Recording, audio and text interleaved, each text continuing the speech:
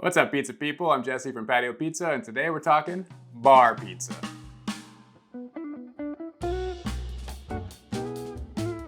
This thin crust pizza has become a go-to for those looking for a quick bite while enjoying a cold beverage with friends. But what exactly makes a pizza a bar pizza? It's not just the thin crust, though that's definitely a defining characteristic. It's the combination of the crust, the sauce, and the toppings that make a bar pizza truly a unique style all of its own. So let's make one real quick. We'll start with the crust. The defining feature of a bar pizza is its thin crust. It's crisp, it's chewy, and it's the perfect canvas for toppings like pickled jalapenos, canned mushrooms, and standard issue pepperoni. Hey, when you're 4 beers deep, does it really matter what you put on it? A bar pizza's crust is thinner than a New York style pizza, but not as thin as a Chicago style thin crust pizza.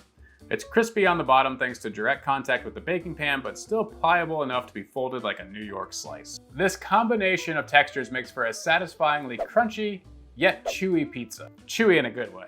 To make it, we'll start by adding 300 grams of room temperature water to a large bowl. Then I'll add 10 grams of honey and 2.5 grams of instant yeast. Let that bloom for a few minutes. Then I'm gonna go ahead and add 450 grams of all-purpose flour. Then 10 grams of salt and 2 tablespoons of melted butter. I know, butter on pizza is a little weird, but the butter is key to giving it that flaky, crunchy, cracker-like pastry crust that you want in a bar pizza. Mix that all up in the bowl until the flour is fully hydrated. We aren't trying to develop a ton of gluten here, so we're not going to work it all that much. Just enough to hold it all together and not make the crust overly chewy.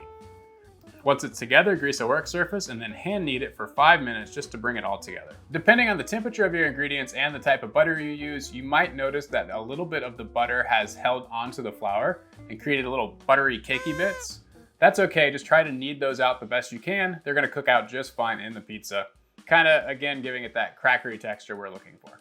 After you're done kneading, grease a large bowl and toss it in. Grease the top of your dough ball and cover. We're gonna let it rest at room temperature for 5 hours. After 5 hours, I'll go ahead and portion it up into 8.5 ounce dough balls. This recipe should yield 3 12-inch pizzas. Now I'll throw those into their own individual greased bowl and refrigerate for 24 hours.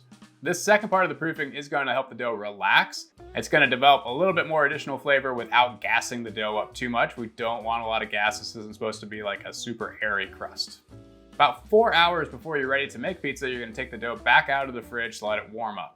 While those are warming up, let's talk about the sauce. A good bar pizza sauce is usually on the tangy side with a slightly acidic flavor and cuts through the richness of the cheese and toppings. It's not too thick or too runny, it's just right. To make that, we'll start with a can of whole San Marzano tomato and drain off a little of the excess liquid with a fine mesh strainer. Then I'll add the tomato to the food processor along with a teaspoon of sea salt and a tablespoon of olive oil, and a healthy dash of dried oregano. Pulse it just enough to break up the tomato. That's it. Now let's talk toppings. The classic bar pizza toppings are a cheese blend of shredded mozzarella and cheddar cheese in a typical ratio of about 70 to 30. The rest of the toppings are not artisanal. We're talking canned mushrooms, jarred pickled jalapenos, standard issue pepperoni. I mean, you can put artisanal stuff on it if you want, but to be true to style, cheap out a little bit. The big thing is you want to put a ton of toppings on your pizza. This thing should be covered in ooey gooey and toppings. Okay, the dough's been warming for about 4 hours, and at this point I'm gonna go ahead and put it into the pan. This is a Lloyd's pan. I'll link to this in the description. I'll grease the pan with a little olive oil, then press my dough ball straight into it. Don't be too aggressive here. Stretch it as far as you can. If it's springing back, give it a rest for a few minutes, then try again.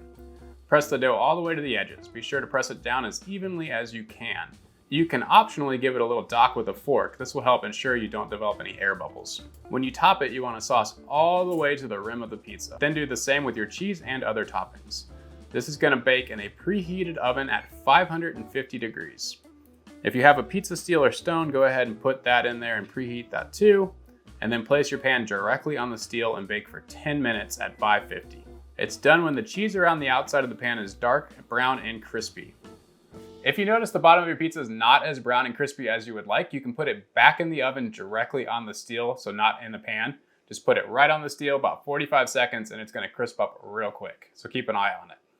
Also, don't forget to cut this into squares to keep it authentic to style. That's it, bar pizza. It's not the fanciest pizza in the world, but it's hard to beat with an ice cold beverage and some good friends. Cheers, and thanks for watching. Love you lots.